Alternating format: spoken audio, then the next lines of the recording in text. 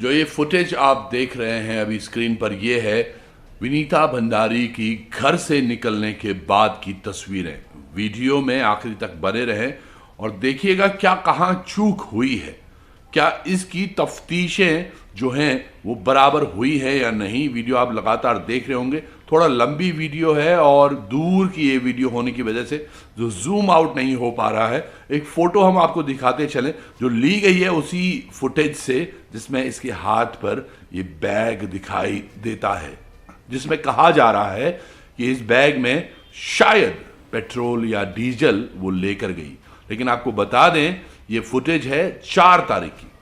4 तारीख की इस पूरी कहानी में एक बड़ा ट्विस्ट यहां आता है जब महिला से जिनके यहां ये दूध लेने जाती है वहां उनसे हमारी बात हुई। उन्होंने कहा कि 6 तारीख को वो विनीता से मिली थी चौकी से थोड़ा पहले। ये सुनिएगा वो क्या कह रही हैं। वापस से फुटेज पर आएंगे, वापस से चीजों को आपको जोड़ने की कोशिश करेंगे, क्या कुछ हो रहा है विनीता भंडारी के प्रकरण में और क्यों जो घर वाले आरोप लगा रहे हैं उनमें क्यों नहीं जांच हो पा रही है अभी तक। ये वीडियो आप देखिएगा। जो महिला, जब हम घर पर गए थे विनीता के, तो एक महिला वहां पर मिली थी जिन्होंने पुलिस में भी बयान अपने दर्ज किए हैं कि भैया मैंने 6 तारीख को, बिल्कुल 6 तारीख को मैंने विनीता को ही देखा था।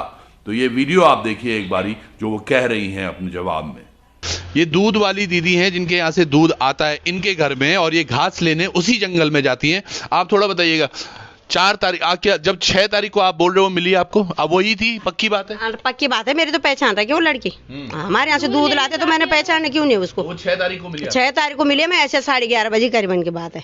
हम घर आ रहे थे, वो जा रही थी, पर हमें ये हुआ कि जंगला चौकी से वो पहले मिली।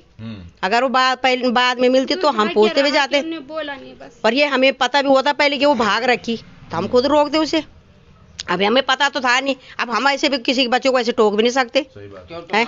वही तो। और फिर हम जंगल से भी आ रहे थे, तब फिर ये होता है कि भैया, पर आप ये कंफर्म है वो 6 तारीख को? हमें तो कंफर्म है, हम झूठ क्यों बोलेंगे। वही तो हम कंफर्म। तो आपने देखा किस तरह से महिला का कहना है कि मैंने 6 तारीख को बिल्कुल विनीता से ही मुलाकात की जब मैं घास लेने उसी जंगल से वापस आ रही थी। तस्वीरें यकीनन उस समय की नहीं है और वो भी फुटेज होती अगर वन विभाग की चौकी पर लगे हुए कैमरे हाई वोल्टेज जैसे बताया जा रहा है कि जिसकी वजह से खराब हो गए। तमाम चीजों की समीकरणें आप समझिएगा। अब 4 तारीख से 6 तारीख तक विनीता जिंदा थी तो वो कहां थी, इस पर कोई प्रश्न चिन्ह नहीं है।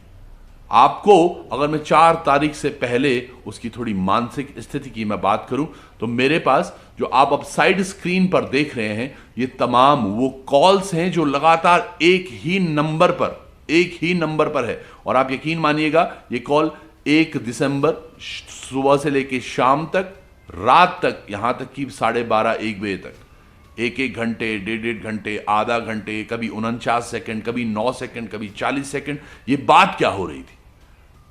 क्या अर्जुन रावत जो वो लड़का है जिससे वो बात कर रही थी वो किस तरह से इनसे बात कर रहा था, ये जानना बहुत जरूरी है कि वो इतनी जो शॉर्ट और लॉन्ग बातें हो रही थी उनका क्या राज है। ये तमाम देखिएगा आप, लिस्ट आप देखिएगा तो आपको समझ में आ जाएगा। ये इतनी बार एक ही नंबर पर कॉल होना और उसके अलावा हाल 1 या 2 नंबर शायद डायल हो रखे हैं, अदरवाइज 1, 2, 3, 4 लगातार केवल उसी नंबर पर लगातार बात हुई है। तो कुछ तो बातें हो रही होंगी। उसके बाद सबसे महत्वपूर्ण यह है जानना, हमारे जो बच्चों की मानसिक स्थिति है ये घर वालों को भी समझनी होगी। अगर कोई बच्चा इस तरह से लगातार फोन पर है, सुबह शाम उससे बात कर रहा है, तो घर पे हमें थोड़ा सा सचेत होना पड़ेगा। यहां चूक जरूर हुई है। अब चूक में थोड़ा आगे जाएंगे तो चूक यहां पर पुलिस प्रशासन की भी दिख रही है।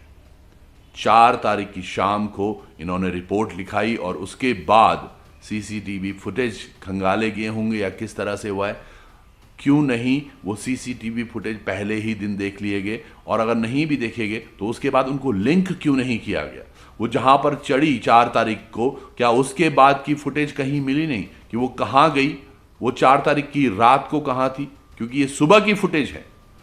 वो पूरा दिन 4 तारीख को कहां थी, 4 तारीख की रात को कहां थी, 5 तारीख को कहां थी, पूरा दिन पूरी रात, जब उसका फोन बंद है।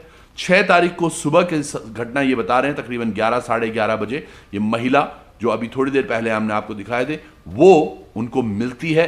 तो वो वहां क्या करने गई थी वो स्पष्ट शायद उन फोन कॉल डिटेल्स से जो पता चलता है वो अर्जुन रावत को जरूर पता होगा। और ये तमाम तफ्तीश की जानी चाहिए इस मामले में, क्योंकि ये बहुत आवश्यक भी है। किस तरह से पुलिस ने पूरे मामले में थोड़ा सा ढिलाई की है वो दर्शाती है जो बातें इनकी बहन ने हमें बताई। वो बहन की बातें मैं आपको थोड़ा सुनवाना चाहूंगा, कितना गुस्सा है उनके अंदर और क्या वो कहना चाह रही हैं कि भैया पुलिस ने क्यों नहीं समय पर काम किया। ये फुटेज देखिए जो हम आप उनके घर गए थे, ये तब की फुटेज है। पुलिस इस तरह से अगर इस पर कार्रवाई करती है या काम करती है, ये यकीनन सोच का विषय है। पुलिस ने कुछ भी कार्रवाई नहीं करी। रिकॉर्डिंग है मेरे पास पुलिस की कि आप बोलो फलानी जगह चलो तो हम फलानी जगह चलेंगे। अगर हमें पता होता कि फलानी जगह है वो लड़की तो हम खुद ही, मेरे पास रिकॉर्डिंग है, मैंने रिकॉर्डिंग कर रखी। शर्मा जी ने मेरे से ये बोला कि आप बताओ ना फलानी जगह चलो तो हम फलानी जगह चलेंगे। अगर हमें पता होता तो मेरे तो ये भाई मेरे मामा जी जाते मेरे साथ, अगर मेरे को पता होता कि वहां जाना है। पुलिस ने हमारा कोई सपोर्ट नहीं करा। पुलिस यहाँ रिश्वतखोर है, जो इनको देगा बस वो उसी की सुनते हैं। और ये उनकी दीदी है पर छोटी वाली। इन्होंने जो बोला वो आपने सुना कि किस तरह से पुलिस की पूरे मामले में रवैया रहा है।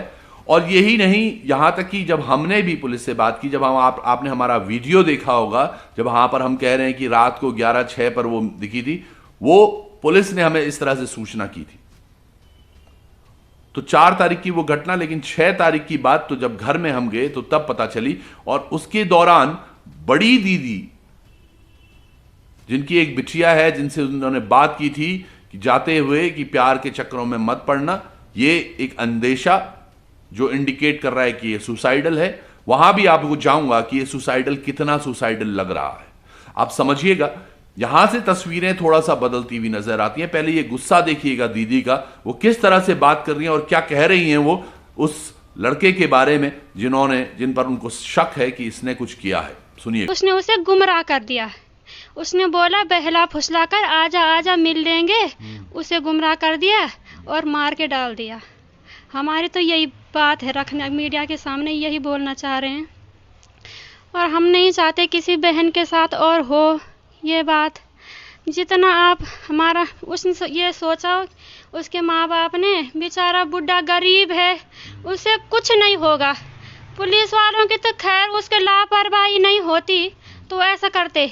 मीडिया अगर ये भाई आप लोग नहीं होते और मीडिया नहीं आती तो कुछ नहीं होता इस केस का। अभी तक वो नहीं मिलती, उसका सब भी नहीं मिलता हमें। और ये पुलिस वालों की लापरवाही है कि उन्होंने कुछ किया नहीं। हमें वो जिंदा मिलती अगर वो पहले पूछताछ करते उससे। वो बोल रहे हैं लड़का हमारे पास है, वो अपनी बुआ के घर अपने दोस्तों के साथ मौज से खेल रहा है। भाई हमें तो जितनी भी शासन प्रशासन, हम ये बोल रहे हैं कि अगर तुम्हारा बस के कुछ नहीं है हमारे पास लाओ उस बच्चे को।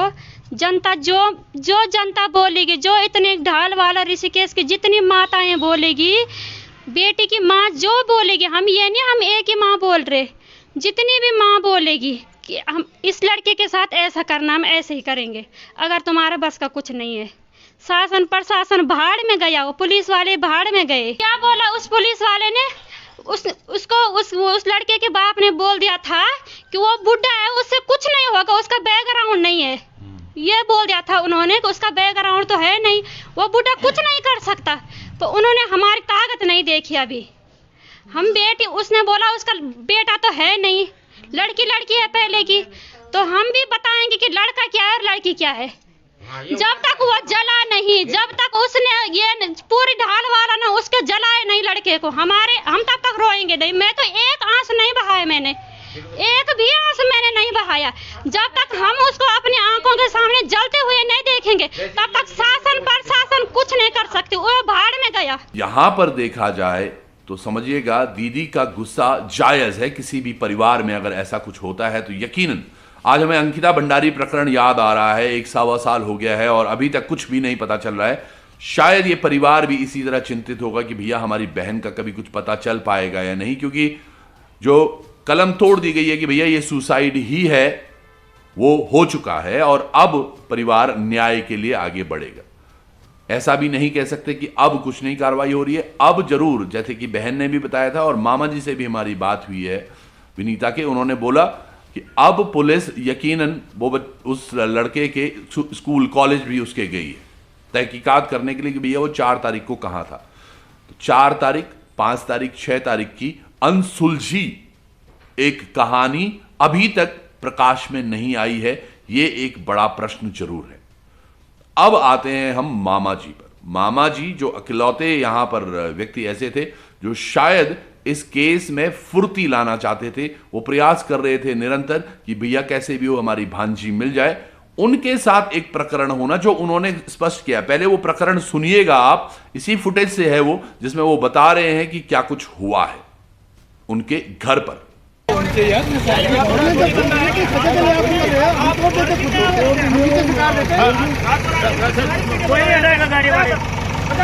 आप आदेश दिखाओ, मकान क्या है? वो रेंजर साहब यहाँ आएंगे, आदेश पाएंगे, कोई नहीं हटाया, चाहे किसी को भी है वो अभी रेंजर साहब को जंगलात वाले जो है आप लोग जो है पैसा खाते हैं यहाँ लोगों से। अरे आपके सामने जो है ये हो रखा है, तो कार्रवाई हो, और ये इन पे कोई कार्रवाई नहीं की आपने। गाड़ी मत जाने दो, गाड़ी लेटो ना, भाग क्यों रहे आप? ना भागे, अब क्यों भाग रहे? तो ये स्पष्ट तस्वीरें देखी आपने कि जेसीबी चल रहा था। यकीनन ये अतिक्रमण का भी हो सकता है कि अतिक्रमण वहां पर हो रहा है, लेकिन मामा जी का ये मानना है, कंडियाल जी का, कि भैया ये जेसीबी तब चलाया गया 15 तारीख को जब मैं इस मामले में तूल दे रहा था और वन विभाग ने आके मेरे घर पर हमला किया ताकि मैं डाइवर्ट हो सकूं। अब इस बात में कितनी सच्चाई है, क्योंकि एक बात बड़ा स्पष्ट है, इनका घर बीच में है। वो तस्वीरें भी मैं आपको दिखाता हूं कि ये देखिएगा, इनका घर जो है यहां से अगर हम नीचे की तरफ से आए तो तकरीबन 9वें नंबर का घर है और ऊपर की तरफ से आए तो तकरीबन 5वां 6वां घर है। बीच के घर में और बिना नोटिस के, ऐसा कंडियाल जी बता रहे हैं हमें। तो सुनिएगा बयान कंडियाल जी का भी कि वो क्या कह रहे हैं कि भैया ये बिना नोटिस के आया या नहीं, ये सुनिएगा आप। दूसरा चौहान जी, मैं ये कह रहा हूँ कि जब मेरे द्वारा जो है, क्योंकि मेरी तो अपनी सगी भांजी थी, मेरे द्वारा जो है बहुत ज़्यादा तहकीकात की गई है, प्रेशर बनाया गया है, तो जिस दिन इस की डेड बॉडी मिलती है उसके एक दिन पहले जो है मेरा जो है मकान तोड़ा जाता है वन विभाग द्वारा। वन विभाग द्वारा मेरा मकान तोड़ा जाता है ताकि मेरा जो है दिमाग जो है डाइवर्स करने के लिए कि इसका ध्यान इधर आकर्षित हो जाए और इस जांच में न रहे। तो ये भी इस मामला बड़ा संदिग्ध है कि एक दिन पहले मेरा बोल के कोई बात नहीं कि आपका जो है अवैध कब्जा है, कोई नोटिस था, कोई नोटिस नहीं, जबकि ये एक बड़ा तथ्य है, बड़ा तथ्य आ रहा है कि ये पूरा परिवार एक सपोर्ट पे चल रहा है। वो है मामा, क्या नाम है आपको? गजेंद्र सिंह कंडियाल। गजेंद्र सिंह कंडियाल। तो कंडियाल जी एक सूत्र हैं ऐसे जो कि इस प्रकरण में थोड़ा सा आप अपनी दिखा रहे हैं कि भैया यहां भी जाना है, वहां भी जाना है, मीडिया से भी बात करनी है, इनके मकान पे वाकई ध्वस्त कर दो ताकि ये डाइवर्ट हो जाए वन विभाग की तरफ और ये प्रकरण ऐसे ही रह जाए। तो ये क्या साजिश है या कुछ और, इस पर भी जांच आवश्यक है। अब हम चले जंगल में जहां पर ये तमाम घटना हुई है, क्योंकि यकीनन वो स्पॉट पर हम गए थे। सभी लोगों ने वो स्पॉट देखा और बड़ी आसानी से कह दिया कि भैया ये सुसाइड है।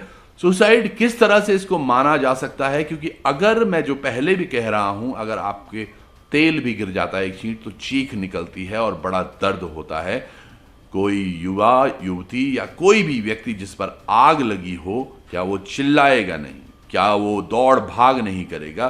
क्या कुछ नहीं होगा? और ये बात मामा जी ने भी कही कि शव बहुत अधिक मात्रा में जला हुआ था, मुश्किल 4-6 किलो बचा हुआ था जैसा वो कह रहे थे। तो आप समझिएगा कि केवल चप्पलों से और वो जो पिंक टी शर्ट उसने पहनी थी, वो स्वेटशर्ट जो पहनी थी, उसकी मदद से ही शिनाख्त हो पाई है। यहां पर एक बड़ा प्रश्न जरूर डीएनए सैंपलिंग का भी आना चाहिए था, पर वो किसी तरह स्किप हुआ है। पर अभी भी जांच पूरी नहीं है, क्योंकि मुस्तैद यहां पर जो कहानी है वो 4 तारीख से 6 तारीख उसकी बरामदगी क्यों नहीं हुई और वो कहां थी, ये एक बड़ा प्रश्न है जिस पर अभी तक कोई जवाब नहीं आया है कहीं से। क्या ढूंढ खोज चल रही है, उस पर हम पड़ताल पर जाएंगे। लेकिन जो स्पॉट है, ये देखिएगा आप, जो बगल में आप देख रहे हैं, ये वो स्पॉट जहां पर ये तमाम घटना हुई। आप देख पा रहे होंगे एक पेड़ बस जला हुआ है, नीचे खाक है। क्या यहां से सैंपलिंग ली गई है? अगर ये डीजल पेट्रोल वहां पर ले जाया गया, क्या वो पन्नी, वो कैन या वो बॉटल वो बरामद हुई? क्या वो लाइटर या माचिस वो बरामद हुई? अगर वो जल के खाक हुई तो कहां गई? और इतनी देर तक जब आग की लपटें थी, देखिएगा दो तरीके हैं। जब हम अंदर जा रहे थे, हमें अंदर जाने नहीं दिया गया जंगल के, आपने देखा होगा, बोला गया था हमें कि भैया आपके साथ हमारा यहां से अधिकारी या कोई वन विभाग से जाएगा। तो एक बच्ची, एक युवती वहां अंदर कैसे जा सकती है? अगर वो रात के समय भी गई और अगर वो चिल्लाती, क्योंकि 50-60 मीटर भी नहीं है वो मुख्य मार्ग से, वो आवाजें बाहर आती, रात का समय था या दिन का भी हो, अगर आगजनी कहीं पर हो रही हो तो यकीनन फॉरेस्ट वालों की नजर वहां तक पहुंचनी चाहिए थी। आम आदमी जो सड़क पर उस समय चल रहा होगा उस तक वो चीखें आनी चाहिए थी। जब कहीं पे गांव में बकरा भी जलता है तो स्मेल आती है, ये क्यों नहीं आई? ये एक बड़ा प्रश्न है। क्या वाकई घटनास्थल पर कुछ इस तरह से हुआ होगा कि भैया उसको वहां पर रख दिया गया, वो पहले से ही डेड थी और फिर आग जनी हुई, फिर उसको आग लगाई गई? ये एक बड़ा प्रश्न है जिस पर सवाल उठता है। एक और बड़ी जो चीज है, अर्जुन रावत जो युवा है, इसका जो घर है वहां जंगल के बीच से जो रास्ता जाता है उसका घर भी उधर पड़ता है। ये गोनिया वाला कौन सा वाला है, वहां से जो शॉर्टकट है वो अंदर जंगल के रास्ते से ही होके वहां वन विभाग की चौकी तक आता है। क्या इस पर भी कहानी हो सकती है या इस पर किसी की सोच गई? ये एक प्रश्न है। तो इन तमाम प्रश्नों के साथ ये अभी तक निरुत्तर हैं कि भैया हुआ क्या बच्ची के साथ, 4 से 6 तारीख तक वो कहां थी, और ये तमाम चीजों में क्या साजिशें हो रही हैं या किस तरह से इसको बताया जा रहा है। क्योंकि मामा जी का कथन और वो बहन का कथन कि भैया ये गरीब परिवार है, इनके आगे पीछे कोई नहीं है, तो क्या ये मामला दबाया जा सकता है? ऐसा कथन परिवार वालों का है। अब इस पूरे मामले में जांच तो जरूर होनी चाहिए, जो मैं पहले भी कह रहा था। अभिनव कुमार जी नए नए डीजी बने हैं, तो एक मौका है उनको दिखाने का कि भैया मैं किस मूड से आया हूं और किस शक्ति से मैं काम कर सकता हूं। इस पर यकीनन एक एसआईटी गठित होनी चाहिए जिस पर कार्रवाई अतिशीघ्र होनी चाहिए। ये कुछ फुटेज जो आप अभी भी देख रहे हैं, ये वो आखिरी फुटेज उस बच्ची के जो मिसिंग हुई है। इस दिन ये 17 तारीख को मिली। एक और कहानी हुई है देहरादून में, चाय सुट्टा बार पर जो रायपुर रोड पर है, वहां पर एक हमारा घनसाली का बच्चा काम करता था और उसका नाम अरुण रावत है। वो मिसिंग है 17 नवंबर से, यानी ये घटना 17 दिसंबर की थी, तो उससे ठीक 1 महीने पहले 17 नवंबर से मिसिंग है एक युवा जो वहां पर काम करता था। और जब घर वालों ने वहां पूछा कि भैया वो लास्ट कब देखा, तो उन्होंने बोला ये 25 अक्टूबर को नौकरी छोड़ चुका था। अरुण की फोटो ये मैं आपको दिखा रहा हूं यहां पर, उसका डिस्क्रिप्शन भी सभी चीजें हैं। लेकिन पॉइंट क्या है कि आज की तारीख में, आज आप देखिएगा 19 तारीख हो गई है दिसंबर की, अभी तक इनकी रिपोर्ट एफआईआर नहीं है। जो इनके पास, जब मैंने पूछा कि एफआईआर की कोई कॉपी है आपके पास, तो एक लेटर इन्होंने हमें भेजा है जो इन्होंने एप्लीकेशन दी थी। ये तो क्या इस तरह से कार्रवाइयां होंगी? कोई परिवार से एक युवा गायब है, अब पूरे तकरीबन 1.5 महीने हो गए हैं, 2 महीने, 17 नवंबर, 17 दिसंबर और उससे पहले 25 अक्टूबर को वो छोड़ चुका। तो 1-1.5 महीने में क्या कुछ कहानियां परिवर्तित हो गई होंगी? क्यों नहीं इस पर काम हुआ है? बच्चे का फोन बंद है, ट्रेसिंग पर लगा है या नहीं लगा है, क्या हो रहा है? ये परिवार भी चिंतित है। उनके भाई जो बाहर रहते हैं वो हमें आज सुबह ही उन्होंने फोन करके ये बताया। हो सकता है इस चक्कर में हम रायपुर थाने भी जाएं, पता करें। लेकिन जो ये मिसिंग हैं या युवाओं की गलतियां, मैं यहां पे बोलूंगा, चाहे ये युवा, एक हमने पहले भी घनसाली में जब हम गए थे वहीं पर एक और कहानी हमने की थी कि एक युवा जो हरिद्वार में मृत पाया गया था एक होटल में, उसने घर पर झूठ बोला था कि वो अभी वहाँ काम कर रहा है। इसी तरह से अरुण ने भी अपने घर पर यही बोला था कि वो अभी देहरादून में ही है, पर वो है कहाँ ये पता नहीं। विनीता की कहानी भी ऐसी है, घर पर से वो निकली, उसके बाद घर नहीं गई। ये तमाम कहानियों को अगर हम देखेंगे, यकीनन थोड़ा बहुत हमें अपने पेरेंटिंग पर यानी कि पालन पोषण पर थोड़ा सा ध्यान देने की आवश्यकता है। और युवाओं को भी ये ध्यान देने की आवश्यकता है कि चाहे जो भी दुख हो, परिवार आपके साथ हमेशा खड़ा रहेगा, खड़ा रहता है। आप देखिएगा आज विनीता चली गई लेकिन परिवार साथ है। काश वो चीज़ें अपने घर पर बताती तो ये चीज़ नहीं होती थी आज उसके साथ। या फिर अरुण जो कहीं मिसिंग है, पता नहीं कहाँ है। अगर वो ये वीडियो कहीं से देख पा रहे हैं, मेरे भाई वापस आ जाओ, ये दुनिया वाकई बहुत अजीब है। इसी तरह का प्रकरण हमने कोटद्वार में किया था, जहां पर 13-14 दिन से एक युवती, वो तो नाबालिग थी, वो गायब थी, और जब हमने वीडियो की थी उसके अगले दिन वो घर आई थी, अगले 1.5 दिन बाद। तो तमाम तस्वीरों में आप थोड़ा वीडियो को शेयर भी कीजिएगा, हो सकता है अरुण वापस आ जाए। विनीता को न्याय मिलना बाकी है, क्या हुआ है उसकी कहानी स्पष्ट होनी चाहिए। बहुत महत्वपूर्ण है कि उसकी कहानी जैसी थी वैसी स्पष्ट हो। जुड़े रहिएगा आप लोकार्पण पर, इस प्रकरण पर हम बने रहेंगे। बहुत बहुत धन्यवाद आपका। नमस्कार।